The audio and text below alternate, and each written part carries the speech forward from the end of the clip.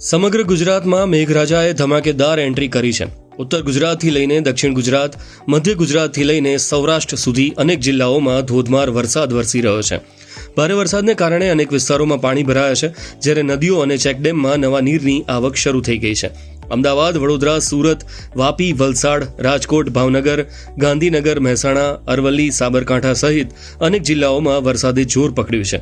શહેરના રસ્તાઓ પર પાણી ભરાવા, ટ્રાફિક જામ અને દૈનિક જીવન પર અસરના દ્રશ્યો સામે આવી રહ્યા છે. ખેડૂતો માટે આ વરસાદ આશીર્વાદ સમાન માનવામાં આવી રહ્યો છે, પરંતુ સતત વરસાદને કારણે નીચાણવાળા વિસ્તારોમાં પાણી ભરાવાની સ્થિતિ પણ સર્જાઈ છે. રાજ્યનું તંત્ર અલર્ટ મોડમાં છે. હવામાન વિભાગે આગામી કલાકો અને દિવસોમાં પણ રાજ્યના અનેક જિલ્લાઓમાં ભારે વરસાદની આગાહી કરી છે. નાગરિકોને સાવચેત રહેવા, નદી નાળાઓથી દૂર રહેવા અને તંત્રની સૂચનાઓનું પાલન કરવાની અપીલ કરવામાં આવી છે.